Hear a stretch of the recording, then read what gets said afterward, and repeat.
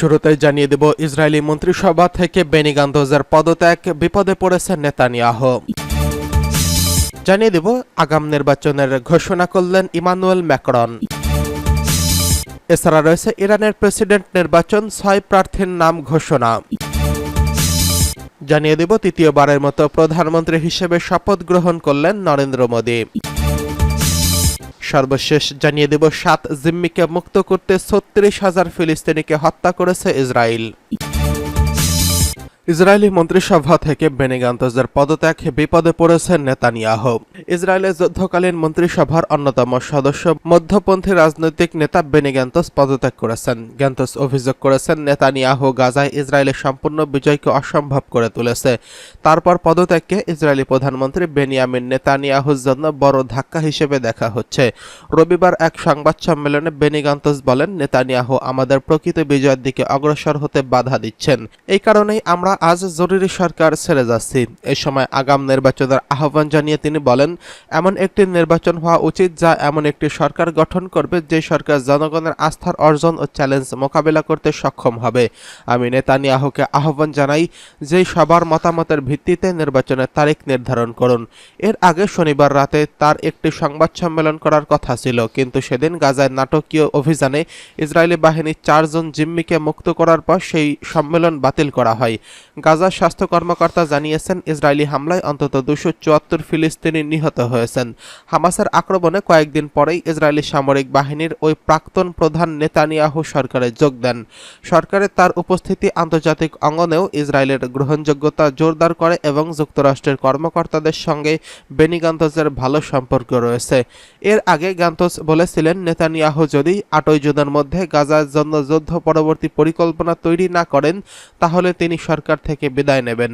বিবিসির খবরে বলা হয়েছে, গান্তজের এই পদক্ষেপ এই মুহূর্তে প্রধানমন্ত্রী বেনিয়ামিন নেতানিয়াহুর প্রতি বড় কোনো হুমকি না, কারণ সংসদে তার জোট সরকারের এখনও সংখ্যাগরিষ্ঠ সমর্থন রয়েছে। তবে তিনি এখন জোটের উগ্র ডানপন্থী মিত্রদের উপর বেশি নির্ভরশীল হয়ে যাবেন। এদিকে আগাম নির্বাচন ডাকলেন ইমানুয়েল ম্যাক্রন। আগাম নির্বাচনের ঘোষণা দিয়েছেন ফ্রান্সের প্রেসিডেন্ট ইমানুয়েল ম্যাক্রন। বুথফেরত জরিপে ম্যাক্রন দল বড় ব্যবধানে পিছিয়ে পড়ায় দেশটির পার্লামেন্ট বিলুপ্ত ঘোষণা করেন তিনি। 30 জুন পার্লামেন্টের নিম্নকক্ষের ভোট গ্রহণ অনুষ্ঠিত হবে। দ্বিতীয় ধাপের ভোটের জন্য দিন ধার্য করা হয়েছে আগামী 7 জুলাই। ম্যাক্রোর মতে, জার্মানিতে ইউরোপীয় পার্লামেন্টের নির্বাচনে বাজে ফলাফল করেছে চ্যান্সেলর ওলাফ শলজ ও সোশ্যাল ডেমোক্র্যাটস। এদিকে ইরানের প্রেসিডেন্ট নির্বাচন, 6 প্রার্থীর নাম ঘোষণা। আগামী 28 জুন ইরানের 14তম প্রেসিডেন্ট নির্বাচন অনুষ্ঠিত হবে। নির্বাচনের প্রতিদ্বন্দ্বিতার জন্য চূড়ান্তভাবে 6 প্রার্থীর নাম ঘোষণা করেছেন দেশটির স্বরাষ্ট্র মন্ত্রণালয়। রবিবার দেশটির পক্ষ থেকে আনুষ্ঠানিকভাবে তাদের নাম ঘোষণা করা হয়। প্রার্থীরা হলেন মাসুদ মোস্তফা, সাইদ, আলীরেজা জাকানি, আমির হোসেন কাজীজাদে হাশেমি এবং মোহাম্মদ বাকের কলিবাফ। তবে গত নির্বাচনের মতো এবারও প্রার্থীর তালিকা থেকে বাদ দেওয়া হয়েছে সাবেক প্রেসিডেন্ট মাহমুদকে। এবারের নির্বাচনে প্রার্থী হতে ইচ্ছুক মোট 80 জন রাজনীতিবিদ ইরানের গার্ডিয়ান কাউন্সিলের নাম নিবন্ধন করেছেন। যাচাই বাছাই শেষে 6 জনের প্রার্থিতা চূড়ান্ত করেছে স্বরাষ্ট্র মন্ত্রণালয় এবং এরপরই স্বরাষ্ট্র মন্ত্রণালয়ে আনুষ্ঠানিকভাবে প্রার্থীদের নাম ঘোষণা করা হয়েছে। প্রসঙ্গত, গত 19 মে হেলিকপ্টার দুর্ঘটনায় ইরানের প্রেসিডেন্ট ইব্রাহিম রাইসি এবং পররাষ্ট্রমন্ত্রী হোসেইন আমির আবদুল্লাহিয়ান সহ কয়েকজন গুরুত্বপূর্ণ কর্মকর্তা নিহত হয়েছেন। এর পরপরই এই নির্বাচন প্রক্রিয়া শুরু হয়। ইরানের সংবিধান অনুযায়ী কোনো প্রেসিডেন্টের মৃত্যুবরণ করলে অথবা তার দায়িত্ব পালনে অক্ষম হলে সর্বোচ্চ 50 দিনের মধ্যে নতুন প্রেসিডেন্ট নির্বাচন করতে হবে। এদিকে তৃতীয়বারের মতো প্রধানমন্ত্রী হিসেবে শপথ গ্রহণ করলেন নরেন্দ্র মোদী। টানা তৃতীয়বারের মতো ভারতের প্রধানমন্ত্রী হিসেবে শপথ গ্রহণ করলেন ভারতীয় জনতা পার্টি বিজেপির নেতা নরেন্দ্র মোদী। এরপর দেশটির সাবেক প্রধানমন্ত্রী জওহরলাল নেহরুকে ছুঁয়ে ফেললেন তিনি। জওহরলাল নেহরু পরপর 3 বার দেশটির প্রধানমন্ত্রী হয়েছিলেন। রবিবার স্থানীয় সময় সন্ধ্যা 7:15টায় রাষ্ট্রপতির ভবনের সামনে রাইসিনসা হিলস চত্বরে প্রায় 8,000-এরও বেশি অতিথির সামনে শপথ গ্রহণ করেন নরেন্দ্র মোদী। তাকে শপথ বাক্য পাঠ করান রাষ্ট্রপতি দ্রৌপদী মুর্মু। অনুষ্ঠানে উপস্থিত ছিলেন বাংলাদেশের প্রধানমন্ত্রী শেখ হাসিনা ছাড়াও প্রতিবেশী দেশ ও ভারতের মহাসাগরীয় অঞ্চলের আরও 6 দেশের সরকার ও রাষ্ট্রপ্রধানরা।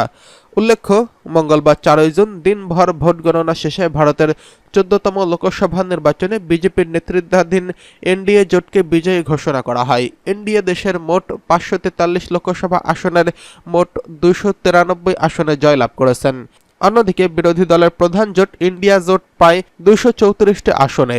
এদিকে বিজেপির একক সংখ্যাগরিষ্ঠতা অর্জন করতে ব্যর্থ হওয়ায় জোট সরকার গঠন করতে বাধ্য হন নরেন্দ্র মোদী।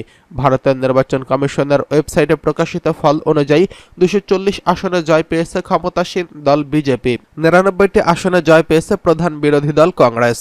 অন্য দলগুলোর মধ্যে সমাজবাদী পার্টি 37টি, তৃণমূল কংগ্রেস 29টি, ডিএমকে 22টি, তেলুগু দেশম পার্টি 16টি, জনতা দল 12টি, শিবসেনা 9টি, ন্যাশনালিস্ট কংগ্রেস 8টি এবং শিবসেনা 7টি আসনে জয় পেয়েছে।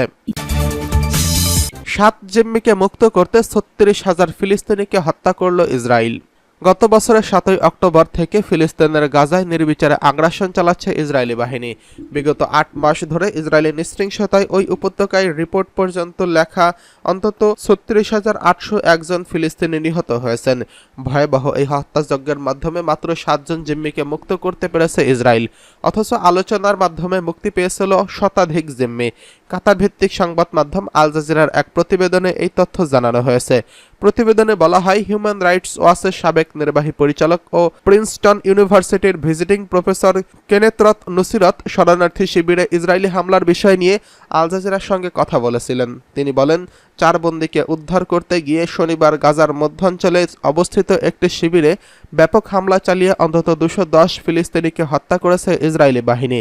তিনি আরও বলেছেন, এই উদ্ধার অভিযানের অর্থ হল ইসরায়েলি সামরিক অভিযানের কারণে মোট 7 জন বন্দী জীবিত মুক্তি পেয়েছেন, যেই আলোচনার মাধ্যমে 100-এরও বেশি জিম্মি মুক্তি পেয়েছে।